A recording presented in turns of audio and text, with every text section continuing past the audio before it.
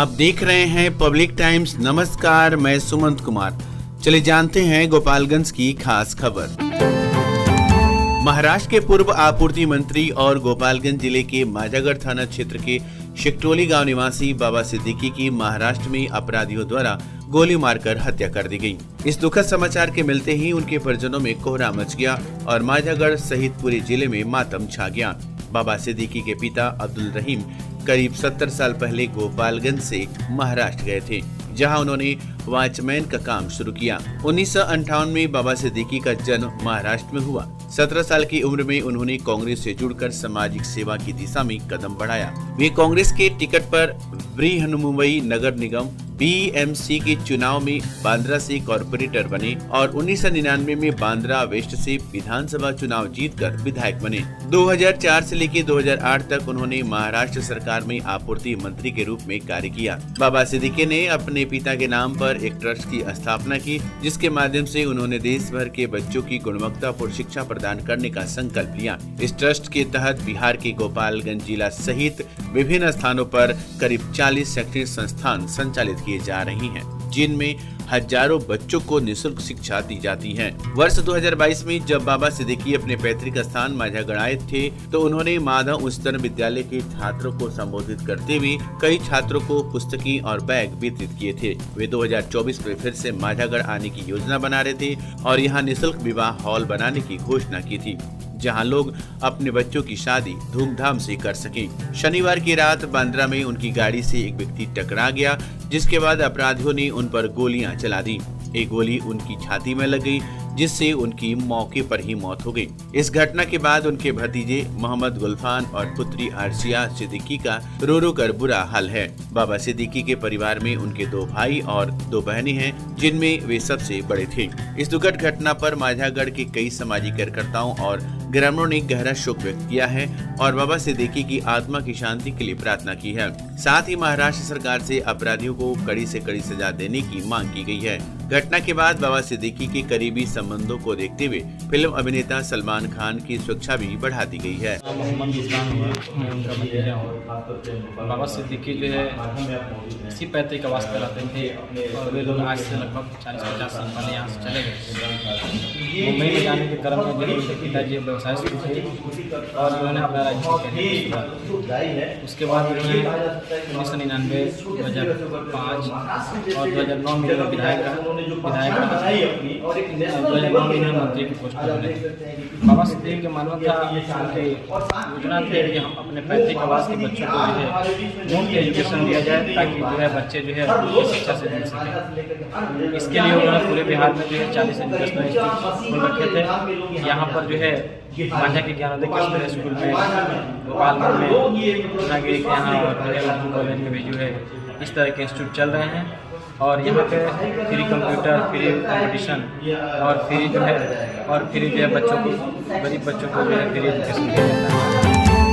गोपालगंज के लापता मासूम अली परिवार ने पुलिस से लगाई मदद की गुहार। आपको बताते चले कि गोपालगंज जिले के थावे थाना अंतर्गत केशवपुर गांव के निवासी मासूम अली, जो चेन्नई से घर लौट रहे थे, गोरखपुर से लापता हो गए हैं। उनके बेटे जुल्फिकार नैन अहमद ने अपने पिता की गुमशुदगी की सूचना देते हुए थावे थाना में लिखित आवेदन जमा किया है और पुलिस से अपने पिता की खोजने की अपील की है। मासूम अली के लापता होने की खबर से उनके परिवार में चिंता का माहौल है। उनका पता लगाने के लिए स्थानीय पुलिस द्वारा आवश्यक कार्रवाई की जा रही है। सर, मेरा घर केशवपुर, मेरा नाम बदरुल जमा है। मेरे ही गांव के मासूम अली नाम के लड़के हैं, जो केशवपुर बाजार पर मासूम इंटरप्राइजेज के नाम से अपनी दुकान चलाते हैं। 10 तारीख को उनकी खैरियत जानने के लिए मैंने फ़ोन किया 9:10 पर, तो पता चला कि वो गोरखपुर में है और नाश्ता करने जा रहे हैं। बोले कि नाश्ता करके मैं फिर गोपालगंज की बस पकड़ लूँगा और घर आ जाऊँगा। उसके बाद उनसे कोई मेरा कांटेक्ट नहीं हुआ। फिर मैं जब बाद में फ़ोन किया 2 बजे के आसपास, तो उनका मोबाइल स्विच ऑफ था और उसके बाद से उनका मोबाइल स्विच ऑफ ही है और अभी तक उनका मोबाइल नहीं खुला, जिसके वजह से हमारे गांव के लोग, उनके घर के लोग काफ़ी परेशान हैं कि उनके साथ कोई अप्रिय घटना तो नहीं हो गई, जिसके वजह से हम सभी लोग परेशान हैं। वो बिल्कुल शरीफ और नेक इंसान थे, उनसे किसी को दुश्मनी भी नहीं थी। अभी आप क्या चाहते हैं? हमारी यही ख्वाहिश है कि मेरे उच्च पदाधिकारी जो भी हैं उनको सही सालिम घर तक छानबीन करके और परिवार से मिलाने की कोशिश करें। नाम जुल्करनैन अहमद है। मेरे अब्बू का नाम मासूम अली है। वो मतलब कुछ काम से चेन्नई गए थे। चेन्नई से वापस आते समय गोरखपुर उतरे ट्रेन से, फिर वहाँ पर आकर कॉल किए, मतलब हम उतर गए गोरखपुर में, सुबह में आएंगे, अभी यहीं पर रुक जा रहे हैं। उसके बाद सुबह में कॉल किए हम नाश्ता करने जा रहे हैं, और फिर 1 घंटा बाद कॉल किए हम बस में जा रहे हैं बैठने। फिर मतलब कुछ देर के बाद कॉल किए, मतलब हम आने वाले हैं गोपालगंज में। उसके बाद उनका मोबाइल ऑफ है और उस टाइम से उनके कॉल नहीं लग रहे हैं। मोबाइल स्विच ऑफ है? मोबाइल स्विच ऑफ है, कोई अता पता नहीं चला? कोई अता पता नहीं है। कितने दिनों से उनका कांटेक्ट बंद है? 3 दिन से कांटेक्ट बंद 3 दिन से लापता है, कोई पता नहीं चल रहा? कोई पता नहीं चल तो रहा। क्या प्रशासन का आवेदन दिया है? प्रशासन का आवेदन दिए, लेकिन वो कोई एक्शन नहीं ले रहा है, कार्रवाई नहीं कर रहा है। नहीं कर रहे हैं। तो अभी क्या आप चाहते हैं, क्या मांग करना चाहते हैं? मतलब हम प्रशासन से यही करेंगे, मेरे अब्बू के बारे में पता लगाए, वो अभी किस हालत में, कैसे हैं, कहाँ पर हैं। तो कितने दिनों से मतलब कांटेक्ट मोबाइल से नहीं हो रहा था? 3 दिन से मतलब नहीं दे रहे हैं। क्या करते हैं वो वेस्टर्न यूनियन है, उनका दुकान चलाते हैं। हाँ, मामला ये है कि अभी हम लोग जहाँ खड़े हैं वो केशवपुर गांव है, ये थाना अंतर्गत पड़ता है गोपालगंज जिला के। और यहीं पे इसी बाजार पे मासूम अली, जो इसी गांव के रहने वाले हैं, केशवपुर के रहने वाले हैं, मासूम इंटरप्राइजेज नाम से एक दुकान चलाते थे, जस्ट बगल में जो सामने है। और काफ़ी अच्छे व्यक्ति थे, लेकिन उनका वो विकलांग थे दोनों पैरों से। वो शुरू में बचपन से ही उनको पोलियो ग्रस्त थे, जिसके कारण, लेकिन किसी सहारे को लेकर के कहीं चल फिर सकते थे, इतना जरूर था। वो गोरखपुर में से फ़ोन किए अपने घर पे 9:58 पे अपनी पत्नी के नंबर पे, और उनके द्वारा बताया गया कि मैं जो है गोरखपुर में बस में बैठ गया हूँ घर आने के लिए, और फिर 9:58 हो रहा था। फिर उसके बाद क्या हुआ कि 2 घंटे के बाद, 2.5 घंटे के बाद लगभग 12:28 पर पुनः उनके द्वारा फिर कॉल किया जाता है अपनी पत्नी के नंबर पे, और उनके द्वारा ये बताया गया कि मैं 1 घंटे में घर आ जाऊंगा। तो घर के लोग आश्वस्त हो गए कि चलिए 1 घंटे में वो घर आ जाएंगे। लेकिन जब 1 घंटा बीता तो फिर उसके बाद जब घर के लोगों ने फोन किया, उन्हें संपर्क किया कि ताकि उनको बुला के लाना होगा गोपालगंज से, वो खुद मतलब चल फिर नहीं सकते इतना डिस्टेंस तक। तो फिर क्या हुआ कि वो उनका मोबाइल बंद था, और जो मोबाइल अभी तक बंद है। कल हम लोग थावे थाना पे भी गए थे, थावे थाना पे जाकर के हम लोगों ने आवेदन दिया। लापता है वो 10 तारीख से लापता है, 10 तारीख से। कोई सुराग नहीं मिल रहा? 10 तारीख से कोई सुराग नहीं है उनका। तो क्या आप लोग प्रशासन को आवेदन दिया है? हाँ, प्रशासन को आवेदन दिया गया है, लेकिन जहाँ तक हमें लगता है कि प्रशासन अभी जो है उस पे FIR दर्ज नहीं की है। लेकिन हम अपील ये करेंगे एसपी साहब से, SDPO साहब से, SP साहब से, कि जो हमारे सीनियर अधिकारी हैं वो, या थाना अध्यक्ष महोदय, सभी लोग जैसे भी हो, उनका टावर लोकेशन ट्रेस करके और ये देखें कि वो कहाँ लास्ट टाइम में कहाँ उनका मोबाइल जो है बंद हुआ था, स्विच ऑफ हुआ था, और फिर उसके बाद में कभी खुला है कि नहीं खुला है। अगर खुला है तो कौन से स्थान पे खुला है और उनकी वस्तु स्थिति क्या है। तो वो अपने स्तर से अगर यथाशीघ्र कार्रवाई करेंगे, यही अपील है, तब जाकर के हम लोगों को भी इत्मीनान मिलेगा। और सभी लोग, पूरे गांव इलाके जवार के लोग पूरे चिंतित हैं मासूम अली के लिए, कि जितने भी लोग हैं वो सभी लोगों का मानना है कि बहुत अच्छे नेक इंसान थे, और उनके साथ ऐसा कोई दुश्मनी नहीं थी, कोई दुश्मनी की बात कहीं से भी नहीं है। इसलिए आग्रह है सीनियर पदाधिकारियों से कि उनका टावर लोकेशन ट्रेस करके और अपने स्तर से जो भी आधुनिक सुविधाएं उसके हिसाब से अपना ट्रेस आउट करके, और हम लोगों को सकुशल हमारे मासूम भाई को वापस लाने का कृपा किया जाए। क्या नाम है? अब समय है आपकी स्टाइल को अपग्रेड करने का, सिर्फ टाइटन वर्ल्ड और टाइटन आई प्लस में। आइए और अपनी आँखों की निःशुल्क जांच कराएं। टाइटन सिग्नेचर फ्रेम पर अप टू 30% और पाएं फ्रेम प्लस ब्लू लेंस मात्र 1500 रूपए में। शुरुआती कीमत सिर्फ 750 रूपए से। केवल स्मार्ट वॉच पर discount up to 55% off. 2 lens और 2 फ्रेम एक ही ब्रांड का लेने पर 20% की छूट। तो देर क्यों, एक बार सेवा का मौका अवश्य दे। आप हमें विजिट कर सकते हैं, sugar mill road, DAV school के सामने, गोपालगंज। स्वास्थ्य के प्रति आपकी चिंता अब खत्म हुई। लखनऊ KGMU के मशहूर डॉक्टर इमरान हुसैन खान, हड्डी, नस, जोड़, रीढ़ की हड्डी, स्पाइन रोग स्पेशलिस्ट। नवीन तकनीक से घुटने और कुल्हे का जॉइंट रिप्लेसमेंट और दूरबीन विधि से ऑपरेशन। एक्सीडेंटल मरीजों के लिए त्वरित इलाज। डॉक्टर सूफिया शादाब, स्त्री प्रसूति एवं बांझपन रोग विशेषज्ञ। महिलाओं से जुड़ी सभी समस्याओं का सफल इलाज। नॉर्मल और सिजेरियन डिलीवरी में स्पेशलिस्ट। आज ही आएं और बेहतरीन स्वास्थ्य सेवाओं का लाभ उठाएं। स्टार एडवांस ऑर्थो और मैटरनिटी सेंटर, 24 घंटे 7 दिन इमरजेंसी सेवा। कमला राय college road, near hotel Ralson, Gopalganj.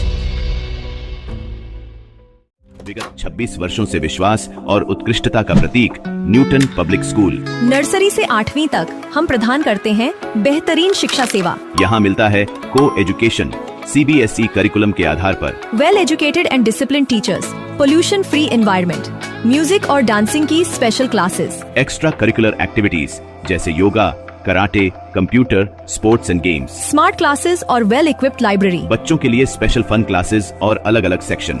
Newton public school, RR मोड़, गोपालगंज।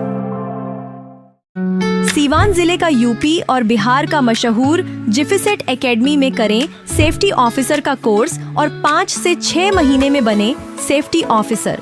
जी हाँ, जिफिसेट एकेडमी आपको दे रहा है कोर्स के दौरान ही जॉब की गारंटी।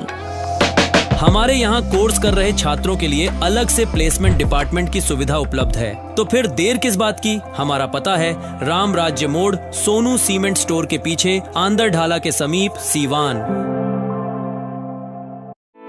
मेडिकेयर हॉस्पिटल, विश्वसनीय और अनुभवी चिकित्सकों के साथ। डॉक्टर गुलरेज आलम, नवजात शिशु एवं बाल रोग स्पेशलिस्ट। डॉक्टर आसिफ रजा, पेट, छाती और हृदय रोग स्पेशलिस्ट। डॉक्टर शमशेर आलम, डेंटल सर्जन। सेवाएं रूट कैनाल, दांतों की सफाई, पायरिया और दुर्गंध का इलाज। हम बच्चों के शीशा में रखने की सुविधा, ऑक्सीजन, नेबुलाइजेशन, फोटोथेरेपी और ECG उपलब्ध कराते हैं। इमरजेंसी सेवाएं 24 घंटे 7 दिन। मेडिकेयर हॉस्पिटल, स्थान थावे रोड, बिप्रासी स्कूल के सामने, गोपालगंज। आम से लेकर खास लोगों के लिए खुशखबरी। अगर आप भी अपने सपनों का महल बनाना चाहते हैं तो माँ विंध्यवासिनी प्रॉपर्टी दे रहा है ये सुनहरा मौका। गोरखपुर स्टेशन से महज 5 किलोमीटर की दूरी पर, गोरखपुर एयरपोर्ट से 4 किलोमीटर की दूरी पर, कुसुमी बाजार, गायत्री नगर छावनी स्टेशन से 1 किलोमीटर की दूरी पर, पादरी बाजार निकट मोहनापुर पादरी बाजार, दहला जंगल, छत्रधारी टोला निकट करम ITI के पास तथा अन्य जगहों पर आवासीय जमीन उपलब्ध है। आवासीय प्लॉट एवं घर मकान लेने हेतु संपर्क करें। माँ Vindhyavasini property, Gorakhpur CM city. हमारे यहाँ 70% तक बैंक लोन की सुविधा भी उपलब्ध है। मेरा नाम शाह। माजा प्रखंड के शिकटोली गांव निवासी स्वर्गीय अब्दुल रहीम सिद्दीकी का बड़ा बेटा बाबा सिद्दीकी का गोपालगंज से खास रिश्ता रहा है, क्योंकि बाबा सिद्दीकी का अपने पैतृक गांव है। पहली बार बाबा सिद्दीकी अपने घर 2008 में आए थे। तब उन्होंने शिक्षा से वंचित लोगों को शिक्षा से जोड़ने के लिए 40 निःशुल्क शिक्षा केंद्र खोलकर कीर्तिमान स्थापित किया था और महाराष्ट्र चुनाव खत्म होने के बाद अपने गांव आने की बात कही थी। आपको बताते चले कि माजा प्रखंड के सिकटोली निवासी मुंबई के पूर्व विधायक बाबा सिद्दीकी की गोली मारकर हत्या कर दी गई है। बाबा सिद्दीकी बांद्रा पूर्व से 3 बार विधायक एवं राज्य सरकार में मंत्री रह चुके हैं, जिनका गोपालगंज से गहरा लगाव है। उनके मौत की गोपालगंज जिले के माजा ब्लॉक में सिकटोली गांव में शोक की लहर है। बाबा सिद्दीकी का सिकटोली पुश्तैनी परिवार रहता है। बाबा सिद्दीकी ने खुद बताया था कि वो अपने गांव के लिए कुछ करना चाहते थे।